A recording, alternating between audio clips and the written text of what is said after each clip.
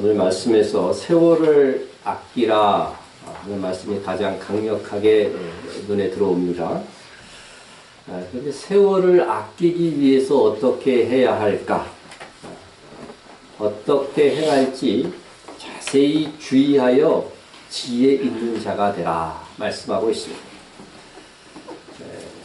말씀 그대로 가장 지혜로운 자는 세월을 아끼는 자입니다. 그러면 지혜를 달라고 막 기도하잖아요.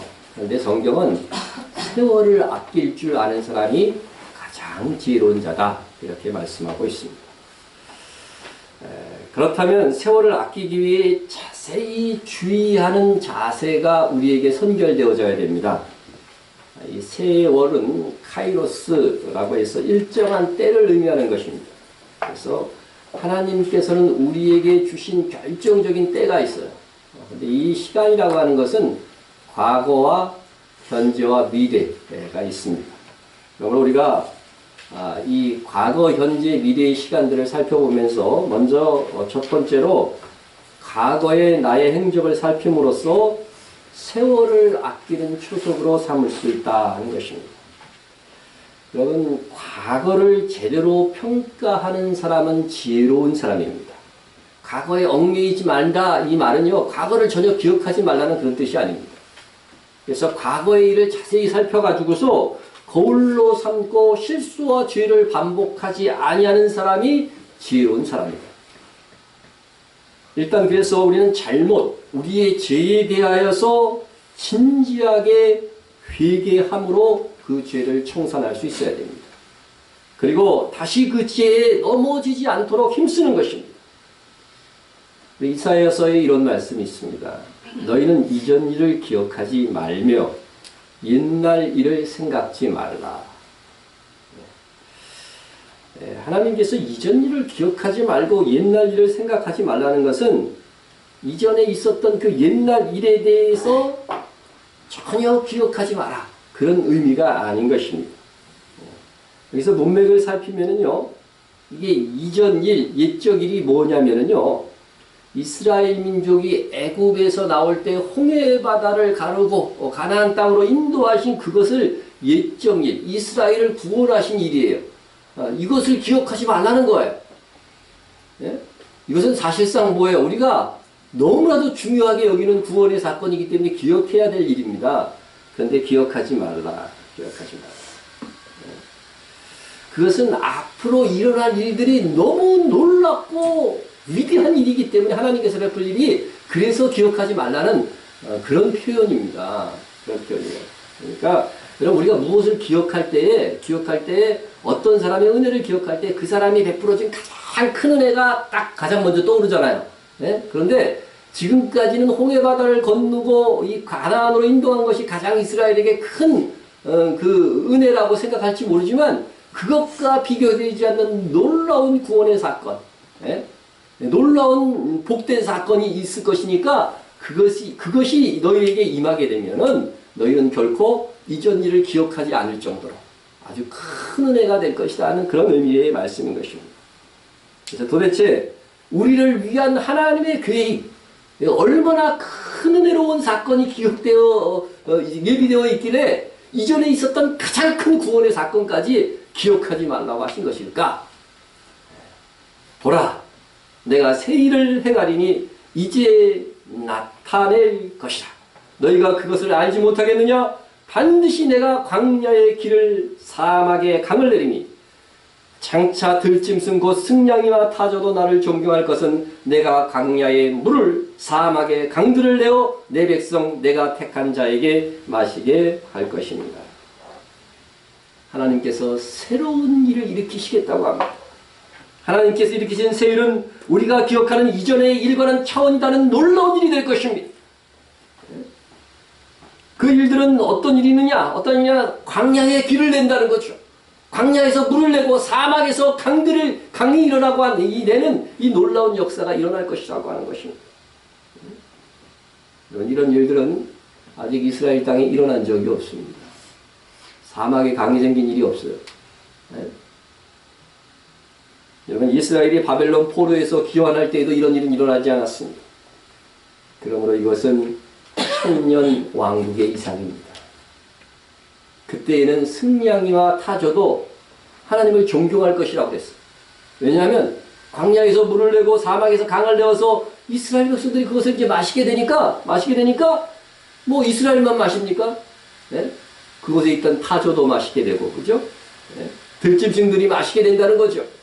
네? 그래서 하나님을 존경한다고 의인화해서 이렇게 표현한 겁니다. 이 말씀은 분명 이스라엘을 중심으로 하신 말씀입니다. 그러나 이방 땅에도 이와 같은 놀라운 회복의 역사가 있을 것도 함께 우리는 바라볼 수 있는 것이죠. 우리는 이 소망을 가지고 믿음 생활하는 것입니다.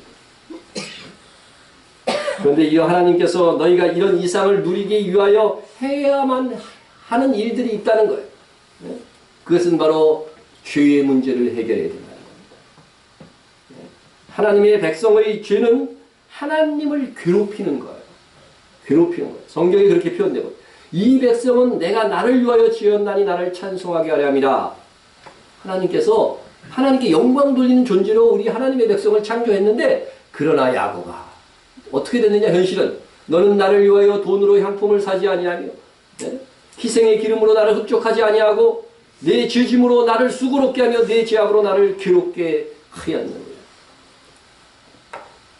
하나님을 찬송하게 만든 백성이 오히려 하나님을 괴롭게 하는 그런 일들이 현실 세계 속에서 이루어지고 있다는 것입니다.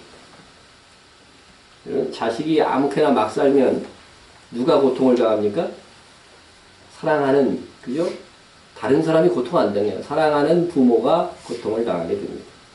하나님의 백성의 죄는 아버지이신 하나님을 괴롭게 하는 일입니다.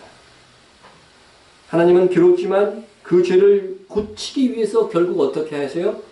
징계할 수밖에 없는 것이죠.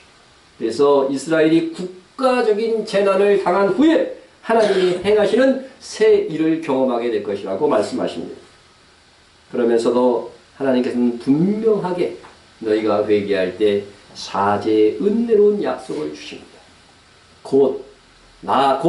나는 나를 위하여 내 허물을 도말하는 자니 내 죄를 기억하지 아니하리.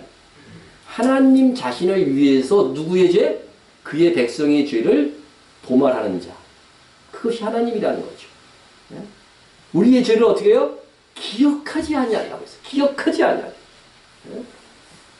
그럼 이 한 구절을 위해서 제가 길게 설명한 겁니다. 하나님은 우리가 우리의 죄를 회개하고 새 삶을 결심한다고 한다면 우리의 죄를 기억하지 아니하시겠다고 약속하십니다. 하나님은요, 기억하지 않겠다고 하면 기억이 안 되는 겁니다. 우리는 기억하지 않겠다고 해도 어떻게 돼요? 계속 기억나서 어느 순간 다시 쑥 올라오고 막 이러잖아요. 그렇죠? 그래서 얼굴이 뻘개지고 막 그러는데 하나님은 기억하지 않겠다고 하면 기억 안 하셔요. 여러분, 진실로 아직도 과거에 남아있는 죄를 그대로 부둥켜 안고 있는 것이 있다면 회개하십시오. 그것은 하나님을 괴롭게 하는 일이에요. 또한 그것은 나 자신을 결국은 괴롭게 하는 결과로 나타나게 될 것입니다. 이스라엘의 국가적 재난을 통하여 하나님께서 행하시는 새 일을 경험하게 하시겠다는 이 말씀은 오늘날 모든 그리스도인에게 동일하게 적용됩니다. 예수님께서 우리를 위해서 죽으셨습니다. 그래서 우리가 정말 예수 그리스도를 믿을 때에 우리의 죄를 다 사해 주시는 것입니다. 그러나 믿은 다음에 우리가 지은 죄에 대하여서는 용서는 하시지만 책임은 묻습니다. 마치 이와 같은 것입니다.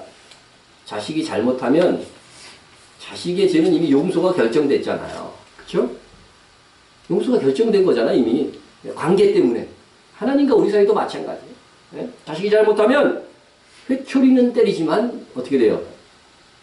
용서는 한 거잖아요. 그죠? 용서는 이미 되어 있는 거잖아요. 그냥 용서하고 회초리를 안 때릴 수도 있어요. 그죠? 그러나 계속 용서만 하고 회초리를 때리지 않으면 어떻게 되겠어요? 죄를 무서워하지 않을 것입니다. 죄가 나쁜 것임을 절감하지 못할 것입니다. 죄를 죄로 여기지 않게 될 것입니다. 그리고 그 다음에 죄 짓기가 참 쉬워질 것입니다. 그래서 하나님께서는 사랑하는 백성들의 죄는 용서하시지만 죄의 무서움을 알고 다시 죄를 짓지 않도록 하시기 위해 회초리, 징계의 회초리를 드시는 것입니다. 그러므로 우리가 죄로 인한 고통이 있다고 해도 그것을 통해서 하나님의 용서를 의심하면 안 됩니다. 우리가 진정 회개하였다면 그 죄로 인한 상처를 끝까지 붙들고 살지 말라는 거예요. 지나친 죄책감으로 하나님께서 나를 향해서 이루고자 하시는 이 새 일을 경험하지 못하는 일이 없어야 한다는 것입니다. 하나님 앞에서 다 같은 죄인이 말이죠. 어떻게 고개 쳐들고 살 수 있을까? 조용히 살아야지. 굉장히 착한 것 같긴 한데 그러지 말라는 것입니다. 여러분, 다윗이 그의 죄 때문에 그 이후에 위대한 일들을 포기했습니까? 여러분, 바울이 스데반을 비롯한 신실한 그리스도를 박해하고 감옥에 가두고 심지어는 죽이기까지 하였지만, 그렇다고 해서 나 같은 자가 어떻게 사도가 될 수 있느냐고, 어떻게 내가 세계 선교의 일을 감당할 수 있겠느냐고 그렇게 포기하였습니다. 베드로를 비롯한 모든 제자들은 주님의 십자가 앞에서 다 도망자였어요. 어떻게 보면 배신자들입니다. 그들이 과거에 비해서 나 같은 자가, 나 같은 놈이 어떻게 그리스도의 제자라고 할 수 있을까? 그렇게 하지 않고 오히려 그런 과거의 모든 죄들을 회개하고 난 다음에는요, 그것에 매이지 않았어. 오히려 복음을 들고 오히려 그것을 만회하기 위해서 더욱더 열심히 복음의 용사들이 되었던 것입니다. 먼저 회개하여 정결해지셔야 합니다. 그리고 진실로 회개했다면 지나간 죄 때문에 주어지는 앞으로의 나날들 속에서 침체하면 안 됩니다. 그게 하나님이 원하시는 것이 아니에요. 오히려 사죄의 기쁨을 갖고 만회하는 삶의 열정을 가져야 됩니다. 그러면 더 아름답고 빛나는 미래가 될 것입니다. 또 우리가 과거의 지와 상처에 매여서도 안 되지만 과거에 또 영광이 있어요. 그죠? 과거의 영광이나 어떤 체면에 매이지 말자는 겁니다. 우리 중에는 그래도 과거에 좀 누렸던 분들이 있습니다. 뭐 크게 누렸던 분은 없고, 그래도 과거에 조금 뭐 돈을 좀 잘 벌었다든지, 잘 나갔다든지, 좀 배웠다든지, 그것도 없다면 예뻤다든지, 옛날이야 하면서 과거의 어떤 행복이나 영광을 기억하는 분들이 있을 수 있다는 거죠. 그래서 낮아지는 것이 괴로울 수 있어요. 그런 거. 우리의 한 해와 남은 우리의 생애 속에서 세월을 아끼기 위해서, 다시 말해서 세월을 아껴 하늘의 영광을 차지하기 위해서는 과거의 영광이나 체면 따위에 연연하지 말아야 됩니다. 우리가 얻고자 하는 것은 썩을 것이 아니기 때문에. 미국의 어떤 자료를 보니까 뉴욕과 뉴저지 동부에 세탁소가 한 6,000개 정도 있대요. 근데 6,000개의 세탁소 중에 5,000개가 한국인이 운영하고 있답니다. 엄청난 비율이죠. 제가 아는 분도 미국에 가서 이민 가서 세탁업으로 성공을 했는데, 왜 이렇게 한국인들이 세탁업계를 다 주름 잡고 있느냐? 아침 일찍 문을 열어갖고요, 출근하는 미국 시민들이 거기서 바로 옷을 갈아입고 이렇게 출근할 수 있도록 이렇게 배려를 한다는 거예요. 이게 미국 사람들 그렇게 안 하나 봐요. 우리나라 사람은 아침 일찍 문 여는 거 잘하잖아요. 근면성실, 이거 잘하잖아요.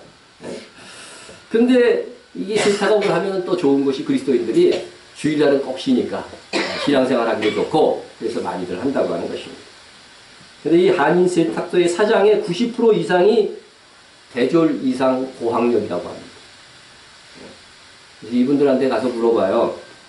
한국 가서도 세탁업 할 수 있겠습니까? 그러면은 고개를 절대절대 흔든다고 합니다. 체면 문화. 이것 때문에 우리나라에서는 불가능하다는 것. 체면을 내려놓아야 됩니다. 이것은 덕이 되는 것과는 좀 다른 것이에요. 저도 이렇게 목사가 되어 보니까, 특히 작은 교회 이렇게 목사가 되다 보니까, 제가 목사가 되지 않았다고 한다면, 그래도 계속해서 이렇게 회사에 출근하고 그러는 사람이 되었다고 한다면, 하지 않아도 될 참 많은 일들을 제가 다양하게 경험하게 되는구나, 그게 생각을 했습니다. 어떨 때는 고구마 심는다고 말이죠. 농사일도 좀 해보고 말이죠. 청소부에서 흔히 노가다나 생전 평생 하지도 않은 심지어 반목수가 됐어요 또. 목수가 되고 뭐 운전기사에서 쓰레기 소모해서 뭐 그것보다 더한 것들은 내가 정말 회사 다녔으면 상대하지 않을 사람 많은 사람들을 상대하면서 참 그죠? 그 사람들보다 훨씬 더 낮아져야 되는 그죠? 그 사람들을 얻기 위해서 낮아져야 되는 그런 일들이 참 많더라는 거죠. 그런데요, 이제는 그런 일을 할 수 있기 때문에 더 행복합니다. 그래도 여러분들이 있을 때에 가능한 한 낮아지는 일들은 잘 안 하려고 해요. 왜냐면 여러분들이 해서 여러분 상 받아야 될 거 아니에요. 여러분 가고 나도 낮아질 일들은 참 많이 있어요. 많이 있어요. 그리고 나무는 낙엽을 뿌려갖고 새봄의 파릇함을 준비합니다. 나뭇잎이 땅에 떨어지는 것을 나무는 두려워하지 않습니다. 버려야 새 봄을 맞이할 수 있기 때문에 그렇습니다. 또 나무는 우리들처럼 과거에 집착하지 않습니다. 모든 것이 자연에게 돌려주고 빈손으로 겨울을 나요. 어제를 버려야 오늘을 맞이할 수 있고 오늘을 버려야 또 내일로 나아갈 수 있습니다. 이게 여름의 나무입니다. 나무 아주 싱그럽습니다. 푸릅니다. 그런데 똑같은 나무가 가을이 되면 어떻게 돼요? 이제 낙엽을 다 떨어뜨리고 버리는 거죠. 그리고 나서 겨울에 오면은 정말 나무 한 잎 달려있지 않습니다. 그러나 이렇게 버리고 나니까 그 다음에 봄이 올 때 다시 새순이 돋는 것입니다. 이것을 반복하면서 더 큰 나무, 더 울창한 나무로 번성해 가는 것입니다. 우리도 나무처럼 버릴 수 있는 용기를 가져야 됩니다. 새로운 나뭇잎을 낼 때 하나님께서 새 일에 우리의 구원을 완성해 주실 때 그때들은 우리가 버린 것과는 비교되지 않는 놀라운 것들을 우리는 얻게 될 것입니다. 우리가 겸손하고 낮아져서 하늘의 영광을 쟁취할 수 있는 것이라면 여러분 얼마든지 낮아지고자 그렇게 하시기 바랍니다. 잘하고 있습니다. 잘 낮아지고 있어요. 근데 일하고 나서 자꾸 알아달라고 막 이렇게 고개 쳐들지는 말고 여러분 우리가 낮아지고 그렇게 하면 하늘의 상이 우리도 모르게요 놀랍게 좀 쌓여져 가고 있는 겁니다. 주님이 어느 정도 낮아지셨느냐? 예수님의 모본에 대해서 성경은 이렇게 이야기하고 있습니다. 그는 근본 하나님의 본체시나 하나님과 동등됨을 취할 것으로 여기지 아니하시고 여러분 아들이신 예수님이 이름이 아들이라고 해갖고도 낮은 게 아니에요. 네? 하나님과 동등해요. 아버지 하나님과 동등하단 말이죠. 그런데 오히려 자기를 비워 종의 형체를 가지사 사람들과 같이 되셨고 사람의 모양으로 나타나서 뭐 부잣집에 나타난 게 아니잖아요. 그죠? 가장 가난한 가정에 주님께서 사람의 모양으로 오셔서 자기를 낮추시고 죽기까지 복종하셨으니 곧 십자가에 죽으십니다. 인간으로 태어나셔서도요 가장 큰 고난의 삶 거기까지 낮아지셨다고 하는 것입니다. 주님은 낮아지시고 십자가를 지심으로 하늘 상급을 쟁취하는 길을 우리에게 모본으로 보여주신 것입니다. 이것은 구원에 관한 이야기가 아니에요. 지금 성경을 한번 잘 보세요. 네? 믿음의 주요 또 온전하게 하시는 이인 예수를 바라보자. 그는 그 앞에 있는 기쁨을 위하여. 여러분 그 앞에 있는 이 기쁨은 하늘의 상급을 얘기합니다. 상급을 얘기합니다. 그 앞에 있는 기쁨을 위하여 십자가를 참으사 부끄러움을 개의치 아니하시더니 그것은 낮아지심입니다. 버리신 거죠. 자기를 버리시고 하나님 보좌 우편에 앉으셨느니라. 하나님 보좌 우편에 앉는다는 것은 구원 플러스 뭐라고 그랬어요? 하늘의 상급을 의미한다는 거죠. 그래서 우리는 주와 함께 왕으로부터는 그런 상을 얻게 되는 것이죠. 우리의 낮아짐은 하나님 보좌 우편에 앉는 우리 주님과 함께 앉는 영광의 자리로 나아가게 될 것입니다. 그러므로 여러분 과거의 죄책, 과거의 영광까지도 하나님께서 주신 이 한 해에 걸림돌이 되게 하지 말라는 거죠. 과거에 매지도 말고 과거의 영광 때문에 낮아지기를 주저하지 말라는 것입니다. 우리 주님의 대속의 은총으로 용서받지 못할 죄는 우리에게 아무것도 없고 또 우리 하나님께서 약속하신 하늘의 영광보다 더 큰 영광이 없습니다. 이 영광을 얻기 위해서는 우리가 과거의 메이지도 과거의 영광의 그 체면에 우리가 머물지 않는 그런 신앙을 가져야 될 것입니다. 우리를 위해서 예배해 놓으신 이 세일은 우리 각 사람에게 동일한 수준으로 다가오는 것이 아니다라고 하는 겁니다. 과거를 살펴 회개하고 돌이킨 삶과 또 과거의 영광을 뒤로하고 더 낮아서 헌신한 성도에게 하나님의 세일은 더 큰 감격과 영광으로 다가오게 될 것입니다. 또 두 번째, 우리가 세월을 아끼기 위해서는 이미 이루었다고 만족하지 말자는. 그동안 그래도 충성해 오신 분들이 있어요. 수고해 오신 분들이 있습니다. 여러분, 이 세월을 아끼라고 하는 이 말은요, 원어에서 살피면 기회를 놓치지 말라는 뜻이에요. 기회를 놓치지 말라. 우리 인생은 하나님께서 우리에게 주신 기회입니다. 믿음으로 얻는 우리의 구원은 영원 구원으로서의 하나님의 이 선물입니다. 하나님의 믿음으로 얻는 이 구원은요, 하나님의 선물이기 때문에 우리가 아무것도 자랑할 것이 없다고 성경에 분명히 되어져 있어요. 그저 하나님의 은혜로운 이 구원을 찬양하는 것입니다. 그런데 우리가 지난해를 통해서 우리가 배운 것은 똑같은 구원이라고 하는 단어이지만 하늘의 상급을 의미하는 그런 구원, 그런 구원이 있다고 했죠. 이것은 뭐예요? 자랑할 수 있습니다. 왜냐? 우리가 이것을 얻기 위해서 헌신하고 투쟁하고 눈물 흘리고 수고하는 그런 것이 필요하기 때문에 그렇습니다. 그래서 우리가 상급을 얻을 수 있는 그 기회로서 우리가 인생이라고 하는 기회를 하나님께서 주신 거예요. 그러므로 얼마나 우리의 이 인생이 중요한 시간인지 모릅니다. 하나님께서 내게 주신 이 한 해를 통해서도 우리는 이 시간을 감사하면서 하늘 상급을 얻도록 헌신해야 됩니다. 이만하면 되었다는 것은요, 참 하나님 앞에서 교만한 것입니다. 우리가 감히 하나님 앞에 얼마나 충성했다고 이만하면 됐다고 말합니까? 예수님을 만나고 여러분 바울처럼 동분서주하면서 충성하고 헌신한 사람이 정말 찾기가 힘들 정도죠. 그런 그가 인생의 막바지에 이렇게 말을 합니다. 형제들아, 나는 내가 잡은 줄로 여기지 아니하고. 그래, 아직 잡은 줄로, 하늘의 상급 잡은 줄로 여기지 않아. 언제든지 성취하지 않았다는 거죠.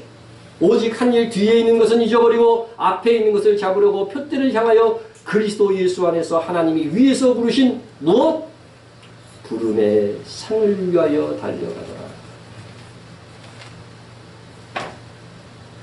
여러분, 그 많은 헌신을 한 바울조차도 하늘의 상에 대하여서는 잡은 줄로 여기지 않았습니다. 오히려 잊어버렸다고 말하고 있습니다. 이만하면 되었다, 이제는 쉬자고 말하지 않았습니다. 계속해서 하나님께서 기회로 주신 남은 생애를 하나님께서 주시고자 하시는 그 부름의 상을 쟁취하기 위해서 끝까지 달려갔다고 하는 사실입니다. 하나님께서 우리를 자녀로 부르신 것은 단순히 영생을 얻는 구원이 아닙니다. 영생 플러스 뭐예요? 하늘의 상. 하늘의 상. 예수님께서 뭐라고 말씀하시냐면, 내가 온 것은 양으로 생명을 얻게 하고 더 풍성히 얻게 하려는 것이라고 말씀하셨습니다. 생명을 얻게 하시는 것은 우리 하나님과 어린 양 예수님의 사역입니다. 그러나 더 풍성한 삶은 주의 은혜와 더불어서 우리가 기도하고 헌신하고 인내하고 절제 등등이 있을 때에 얻어지는 것입니다. 여러분, 더 풍성한 삶을 얻는 이 한 해가 되기를 원합니다. 이미 쌓은 멸류관 잃어버리는 분들 하나도 없고, 또 이미 얻은 상에 만족하지 말고 기존의 멸류관 위에 더 큰 멸류관을 쌓아갈 수 있기를 바랍니다. 세 번째로, 세월을 아끼는 삶을 위해서는요, 주의 뜻을 이해해야 됩니다. 오늘 본문 15절에 세월을 아끼라 때가 악하니라 이렇게 말씀하시고요. 말씀하시고 이 악한 날들에 이 더욱 세월을 아끼라는 이 명령 그 다음 절에 그러므로 어리석은 자가 되지 말고 오직 주의 뜻이 무엇인가 이해하라 말씀하고 있습니다. 여러분, 주의 뜻을 모르는 자는요, 세월을 아끼는 삶을 살 수도 없다는 것을 의미하는 것입니다. 그러므로 지금 이 시대에 나를 향한 그리고 우리 교회를 향한 하나님의 뜻이 무엇인지 이해하는 것은 세월을 아끼면서 살 수 있는 가장 기초가 되는 거예요. 먼저 여러분 각자가 나를 향한 하나님의 계획이 무엇일까?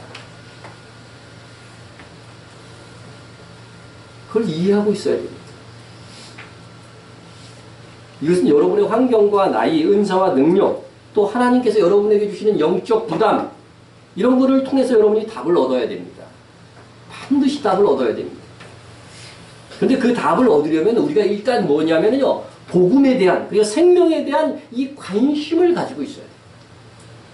세상에 꽉 채 있으면요 이게 보이지 않습니다. 야고보서에 이런 말씀이 있습니다. 들으라 너희 중에 말하기를 오늘이나 내일이나 우리가 어떤 도시에 가서 거기서 1년을 머물며 장사하여 이익을 보리라 하는 자들아 내일 일을 너희가 알지 못하는도다. 너희 생명이 무엇이냐? 너희는 잠깐 보이다 없어지는 안개니라. 어떤 사람이 어떤 도시에 가서 장사를 해가지고서 돈을 벌려는 계획을 세웠습니다. 이게 나쁜 일입니까? 나쁜 일 아닙니다. 돈을 벌기 위해서 외국에 가서 이렇게 거주하는 것은 오늘날 이 글로벌 시대에 더 흔한 일입니다. 그러나 그러한 계획이 하나님의 뜻과 관계없이 이루어진다고 한다면 이것은 어리석은 일이라는 것입니다. 우리의 인생이 우리의 내세의 영원한 세계와 비하면요 잠깐 보이다가 없어지는 안개에 불과하다는 거죠. 여러분 우리가 죽고 난 다음에 있는 내세는요 그것이 천국이든 지옥이든 영원한 거예요. 그러니까 우리가 살고 있는 이 인생의 이 길이는요 정말 잠깐 보이다 없어지는 안개라는 거죠. 그런데 이 잠깐의 세월이 우리의 영원한 세월을 좌우하게 된다는 것입니다.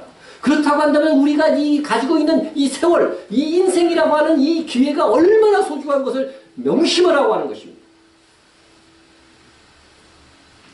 그래서 인생은 잠깐의 기회이기 때문에 그런데 이 시간이 너무나도 소중한 시간이기 때문에 낭비할 시간이 없다는 것입니다. 우리가 주어진 시간에 낭비가 없으려면 어떻게 해야 됩니까? 오늘 말씀은 주의 뜻이 무엇인지 이해해야 된다는 것입니다. 그래서 사도가 이렇게 말했습니다. 너희가 도리어 말하기를 주의 뜻이면 우리가 살기도 하고 이것이나 저것을 하리라 할 것이었네. 우리의 인생의 모든 계획이 주의 뜻과 아무 상관없이 세워지고 행해진다고 한다면 세월을 낭비할 수밖에 없다는 거죠. 그런 일에 관심이 없는 분들은요 또 올 한 해도 낭비하는 거예요. 여러분 송구영신 예배 때 제가 말씀드린 것은 철학자들이 최고의 선을 행복이라고 말합니다.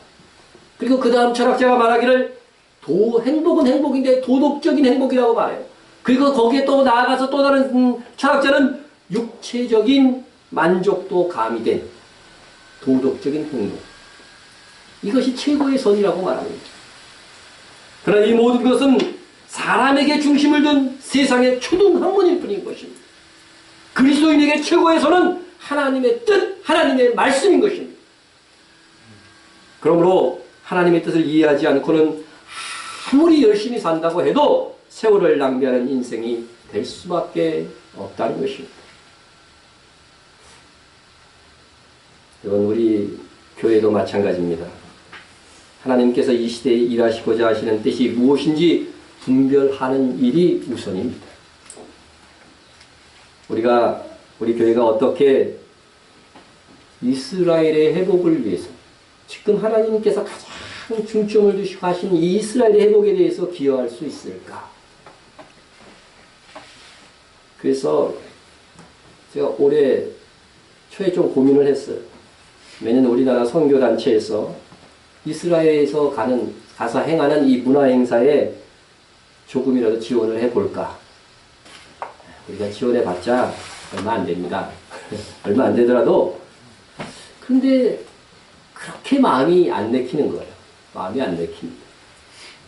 멋진 대규모 행사 뒤에 과연 실질적으로 복음이 전달될 수 있을까 하는 그런 회의감도 들었지만 그게 무슨 접촉점으로서의 무슨 효과는 있을지 모르겠지만 과연 사도행전에 우리에게 전도의 모본을 기록된 이 사도행전에 그런 방식의 어떤 복음의 사역들이 있는가? 그런 건 없다는 생각이 들었어요. 저는. 그러면서 우리가 준비되어지면 하나님께서 자원도 주시고 이스라엘 회복을 위해서 길도 열어주실 것이라고 생각합니다. 1년 동안 꾸준하게 그래도 우리 온 교인들이 적어도 예배 때는 항상 통성기도로 이스라엘의 회복을 위해서 기도해 왔습니다. 그런데 지난 수요일에 한 선교사님을 만났습니다. 우리 교회가 매주 이스라엘을 위해서 기도한다는 소문 덕에 만나게 된 것입니다. 제가 지금까지 브레드 방송이나 여러 간증들을 통해서 한국인 선교사가 직접 유대인들을 예수 믿게 하는 이 일의 실질적인 열매를 거두는 그 이야기들을 들어보면 참 미미하다. 미미하지만 그 소수가 굉장히 중요하긴 하죠. 근데 이 선교사님은 실질적인 열매를 꽤 거두고 있습니다. 마약 중독자들을 돕는 사역을 통해서 그와 그 가족들이 변화되고 치유센터가 자연스럽게 이렇게 교회화되어가는 그런 상황이 일어나고 있다는 것입니다. 어제 그 마약센터에서 보내온 그 사진이 어제 두 개의 사진을 선교사님한테 직접 제가 받았습니다. 마약센터에 온 사람 중에요 30% 정도가 예수 그리스도를 영접한다는 거예요. 별로 안 놀라시는데 놀라는 표정을 좀 쳐주세요. 놀라운 일이에요. 유대인들이요 이렇게 예수를 믿는 것은 놀라운 일입니다. 그러면 그들이 변화를 받고 이 마약센터에서 이렇게 변화된 사람들은요 인생이 정말 바닥에 있던 사람들 아니에요. 그런 사람들이 변화된 거기 때문에 변화되고 나서 정말 대단한 헌신자가 된다는 거예요. 헌신자가 된다. 그래서 자기도 모르게 이렇게 이제 이 치유센터를, 마약 치유센터를 했는데 어느 날 가보니까 이 사람들끼리 지들이 모여서 예배를 드리고 있더래요. 그 교회가 됐더래요. 그래서 깜짝 놀란 거예요. 지금 5군데나 하고 있다. 네. 그래서요, 이 사람들을 계속해서 이제 마약 치유센터를 이렇게 하는 센터만 만들어주는 거예요. 그래갖고 1년 정도 지원을 하면 이 사람들이 자립을 한대요. 1년 정도. 네. 여러분, 세상에 선교지에서 1년 만에 자립하는 교회 거의 없습니다. 거의 없습니다. 그것도 유대인 교회가. 네. 저거 한번 와서 그 현장을 좀 보라고 그러더라고요. 그래서 제가 가겠다 그랬을까요? 갈 비행기 싹 있으면 전 성경공부합니다 그랬어요. 네. 그래도 한번 대표자로 와서 봐야 된다는 거예요. 현장을. 네. 확인을 해야 된다는 거죠. 확인해야 된다는 거죠. 네. 비행기 싹만 갖고 오시면은 자기가 그 센터에서 다 이제 하면서 그들과 같이 먹고 아주 간단하게 먹고 다 보여주고 그렇게 하겠다는 거예요. 하겠다는 겁니다. 그러나 아직은 우리가 기도로밖에는 동력할 수밖에 없는 현재의 처지인데 그런데 지금 한 센터가 이제 마약 센터에 그리스도인들이 많이 생겨갖고 이제 하나의 교회로 이렇게 독립하려고 하는 데가 하나가 있어요 지금. 근데 그것도 한 1년만 도와주면 그 교회도 독립한다는 거죠. 네? 그 얘기를 흘리는데 이게 정말 우리 교회에서 감당했으면 좋겠다. 그런 생각이 들었어요. 근데 우리 처지는 또 안 돼. 우리가 지금 이 조그만 교회에서 지금 선교사를 얼마나 많이 지금 지원하고 있는데 그것까지 그래서 도대체 거기는 다른 건 필요 없고 임대료만 대주면 된다는 거. 임대료만 대주면 나머지는 자기들이 다 운영한다는 거. 그리고 교회가 그게 부흥돼가지고서 1년 후면 다 자립한다는 거예요. 그래서 그 마약센터는 지금 5군데 하고 있는데 3군데는 이미 다 자립했어요. 1년 만에.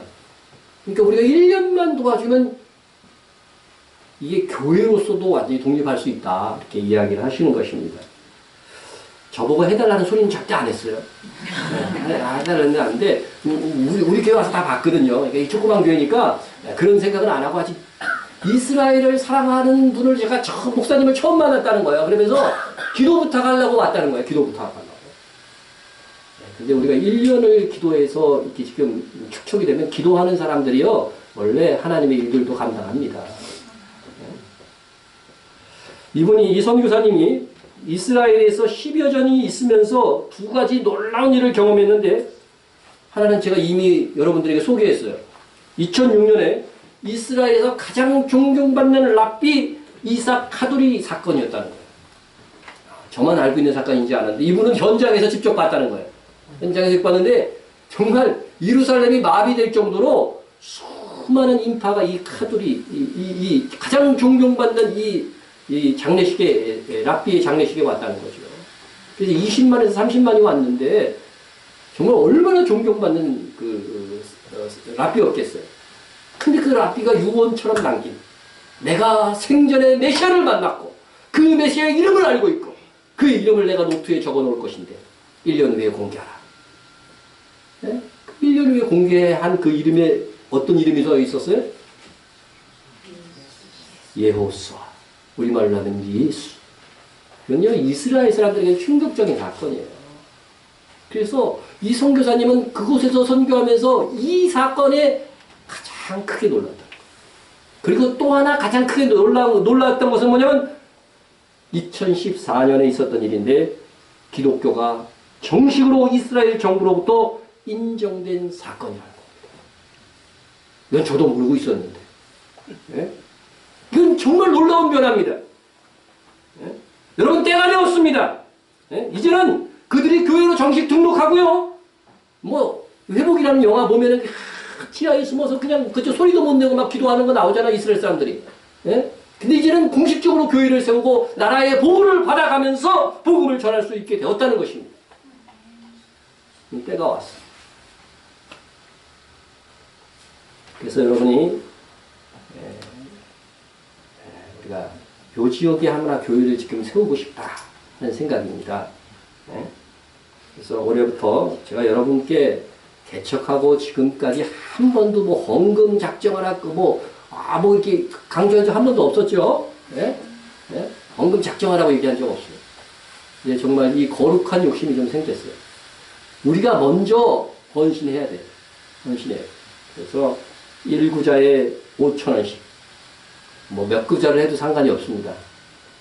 그래서 여러분 이 선교 헌금에 올 한 해는 좀 작정해 주셨으면 좋겠다. 이것이 어쩌면 우리가 세월을 아끼는 아주 귀중한 헌신이 될 수 있을 것이다. 하나님의 나라에 갔을 때 우리 정말 복음의 시작점이고 끝점인 이 이스라엘에 우리가 하나의 교회를 세웠습니다. 1년, 제가 보기에는 사람의 일이기 때문에 6개월은 더 잡아야 될 것 같아요. 1년 아니면 1년 6개월 동안 헌신하는 거예요. 임대료 200만 원만 있으면은 하나의 교회가 세워진다고 하는데, 우리 힘으로 갖고는 사실 이게 불가능한 일이에요. 불가능한 일인데, 그래도 좀 우리가 한번 이를 악물고 헌신해보고 싶은 생각이 들었습니다. 그래서 제가 혹시 영상으로 설교를 듣는 분들도 있기 때문에, 그런 분들이 010-7162-3207로 문자를 주시면 그런 분들도 안내를 해드리겠습니다. 이게 우리 힘으로는 아무리 생각해도 이게 불가능한 일이에요. 아시죠? 우리 형편 다. 하여튼 아십니다. 그래서 이렇게 해서라도 제가 참 오늘 아침까지 제가 고민했어요. 이런 방법을 써야 될까 내가. 네? 근데 그냥 마음이 불편하지 않더라고요. 그래서 여러분 이렇게 해서라도 이 하나님의 한 교회 이스라엘 땅에 한 교회를 세우는 이 일에 좀 여러분들이 동참해달라.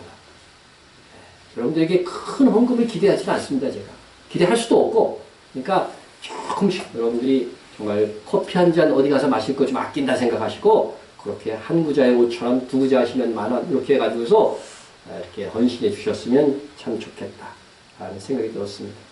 여러분 이런 한 푼 건드리지 않고 보낼 겁니다. 그러니까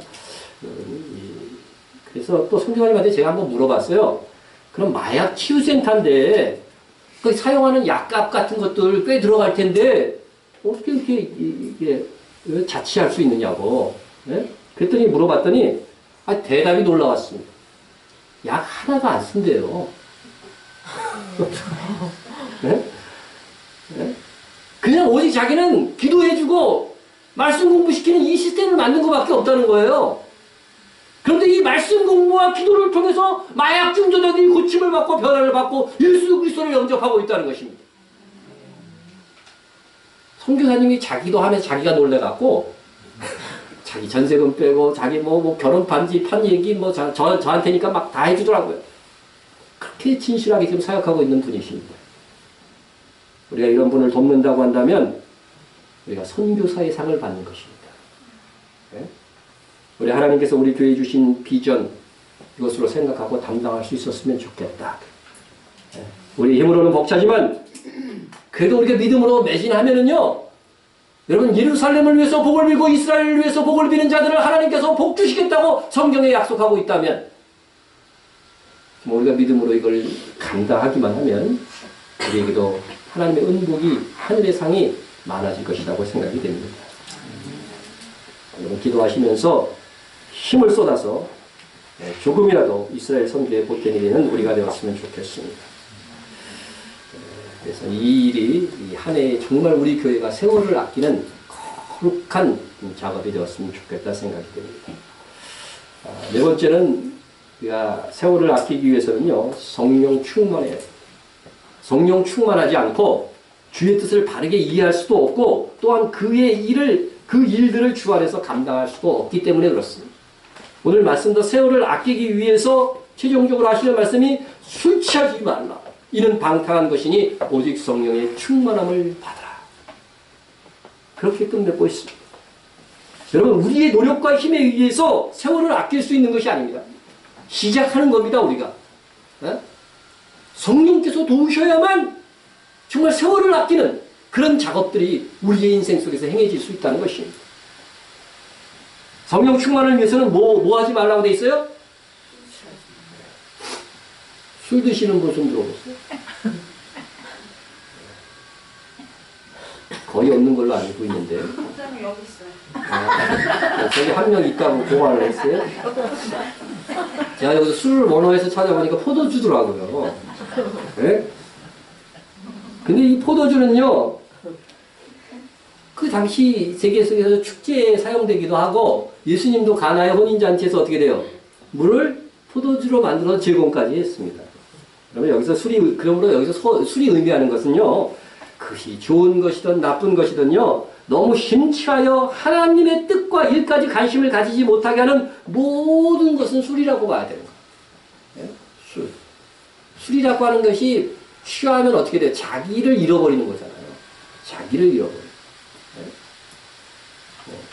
여러분, 술, 담배, 그리고 음란한 것까지 물론 지나치게 일에 중독되거나 돈 버는 것에 몰두하거나 하나님께 대한 드림의 시간조차 이렇게 막 지장을 초래하는 모든 것들은 이게 다 술 취하는 것이고 방탕한 것이라는 거죠. 여러분, 주의 뜻을 이해하고 그 뜻에 매진하는 거,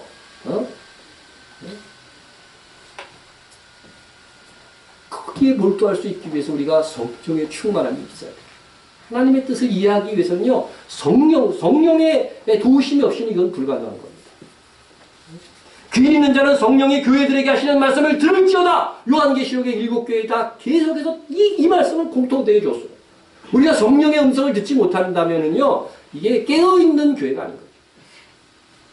결국 성령의 음성은 하나님의 말씀인 것이에요.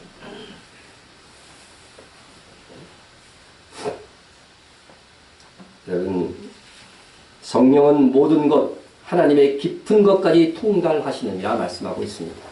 고린도전서 2장 10절에 그 영적인 일은 영적인 것으로 분별하느니라. 고린도전서 2장 13절 맞습니다. 우리가 성령 충만하지 않으면 하나님의 우리를 향한 깊은 뜻을 알지 못하며 그로 인해 세월을 낭비할 수밖에 없습니다. 우리가 이 한 해 하나님께 나아감에 있어서 그것이 무엇이든 지장을 초래하는 것이라고 한다면 방탕한 것이라고 여기고 버리고 오직 하나님의 음성을 듣고자 기도하면 우리는 성령 충만하게 될 것입니다. 말씀과 기도를 통해서 하나님께 가까이 하는 생활 자체가 여러분 세월을 아끼는 것이다 하는 것입니다. 여러분이 내가 가장 사랑하는 사람에게 줄 수 있는 가장 좋은 선물이 뭘까 한번 생각해 보세요.